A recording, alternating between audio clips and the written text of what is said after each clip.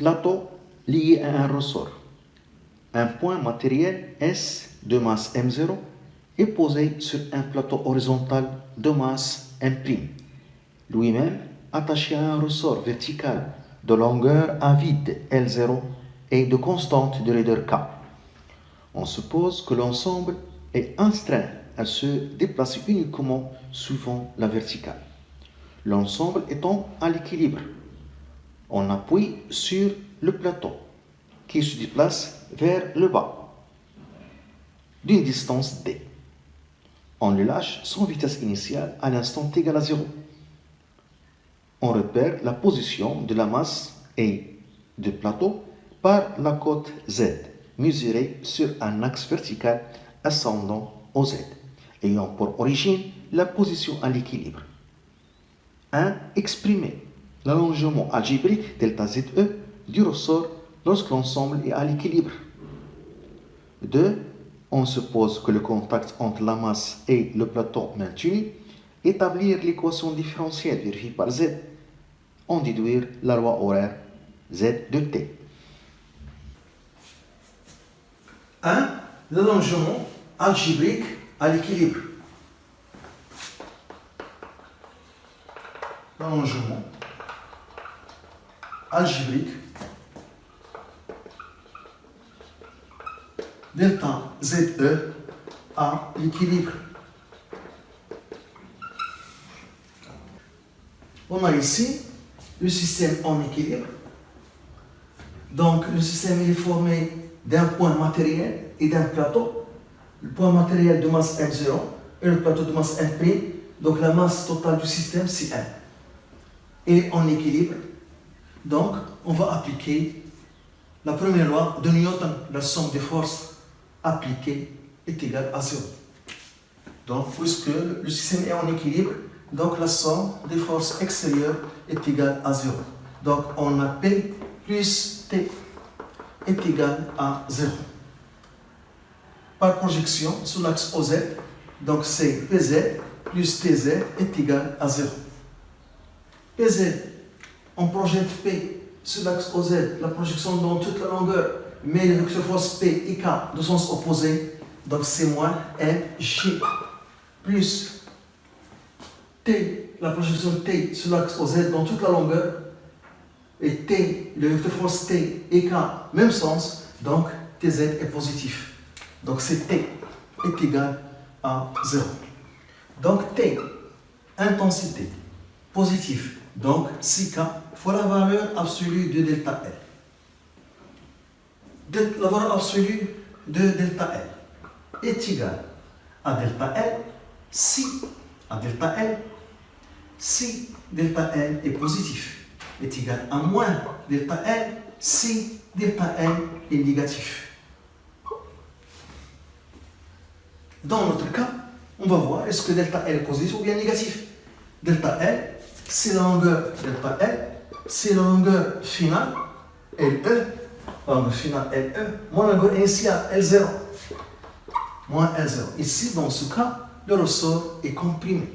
Donc, L0 est supérieur à LE, car le ressort est comprimé dans ce cas.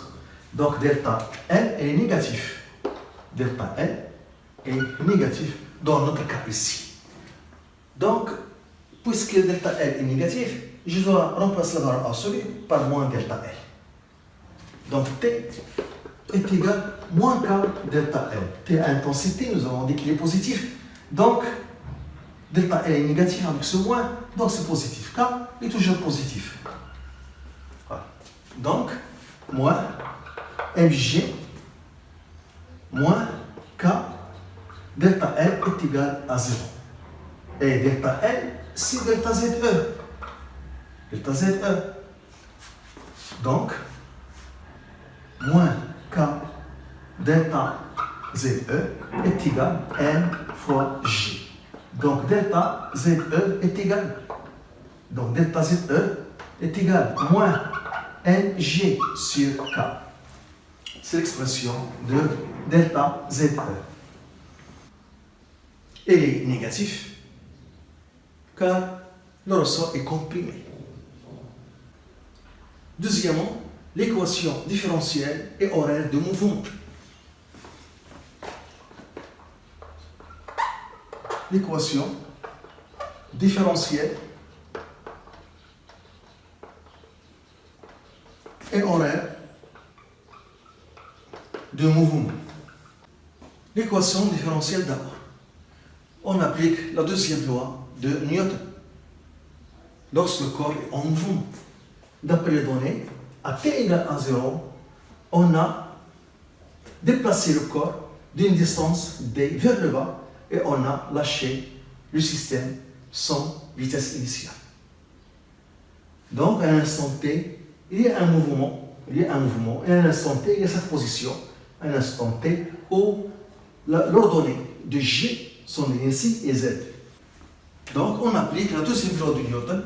La somme des forces extérieures appliquées est égale à M à G. On a la force P exercée sur le poids, exercée par la Terre, plus la force exercée par le ressort, F, est égale à M à G. Par projection sur l'axe OZ, PZ plus FZ est égal à M à Z. PZ. Voilà, PZ, on projette P sur l'axe OZ, la projection dans toute la longueur, les vecteurs force P et K doivent se opposer, donc c'est moins MG.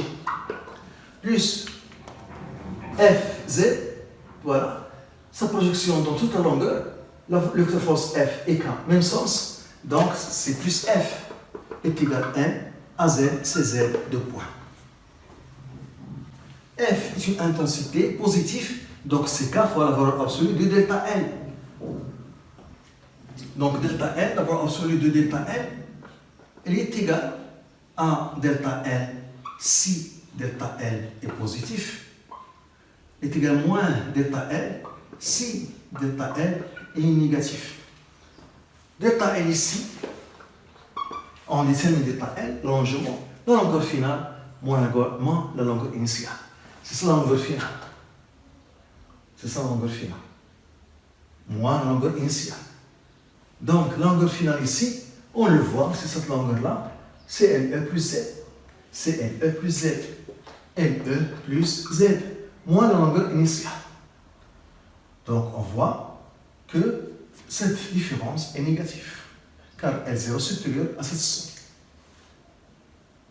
Donc, la valeur absolue de delta L est égale à moins delta L. Moins LE plus Z moins L0. Voilà. Donc, F est égal, la force exercée par le ressort est égale à K moins LE plus Z moins L0. Et je remplace ici. Donc, moins mg plus f qui est égal moins k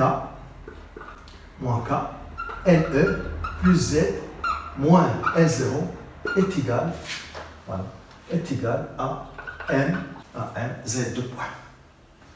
Donc, moins m, g, moins k, donc je dois faire apparaître delta ze qu'on a déterminé à l'équilibre.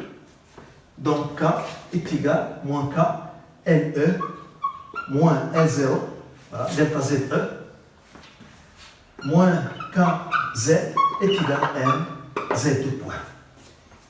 Donc, moins MG, moins K fois delta ZE, moins KZ est égal à M, Z de point. On a cette somme égale à 0 d'après l'étude de l'équilibre. Donc, on a moins mg moins k fois delta ze est égal à 0. Donc moins k fois z est égal à m z de point. Donc, m z de point plus k fois z est égal à 0. Donc, z de point plus k sur m z est égal à 0. C'est l'équation différentielle de ce mouvement, qui a une solution sinusoïdale. Donc, la nature du mouvement mouvement rectiligne sinusoïdal. Mouvement rectiligne sinusoïdal.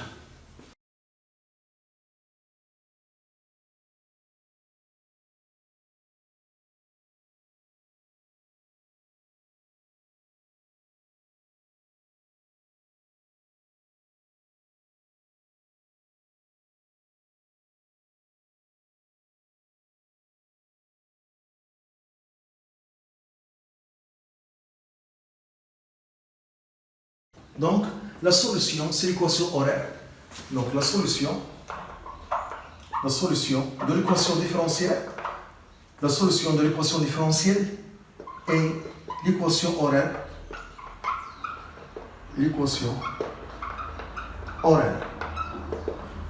Donc, Z est égal à Zn, l'amplitude Zn, cosinus de pi sur T0 fois T plus phi.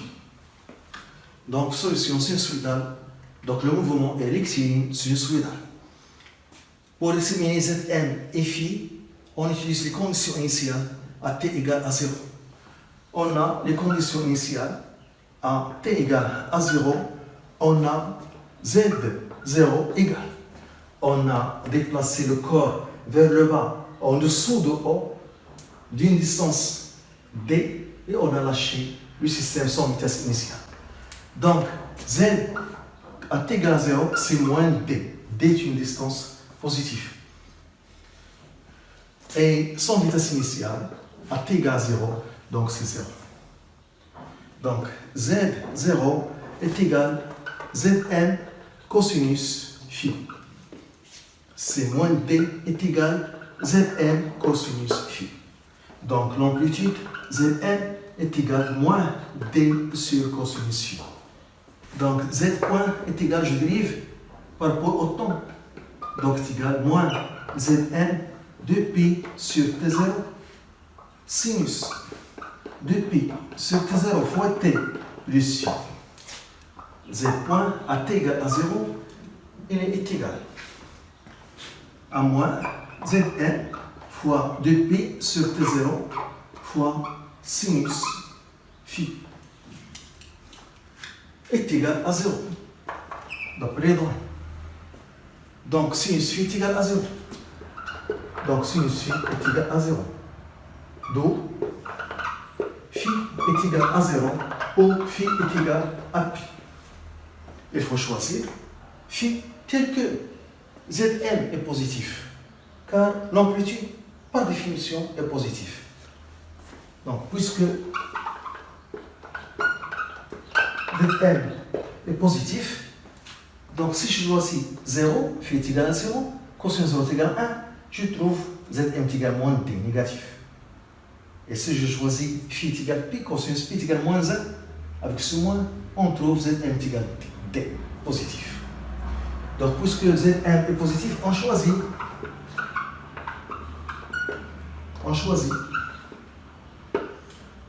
phi est égal à pi. Donc, Zn est égal à d.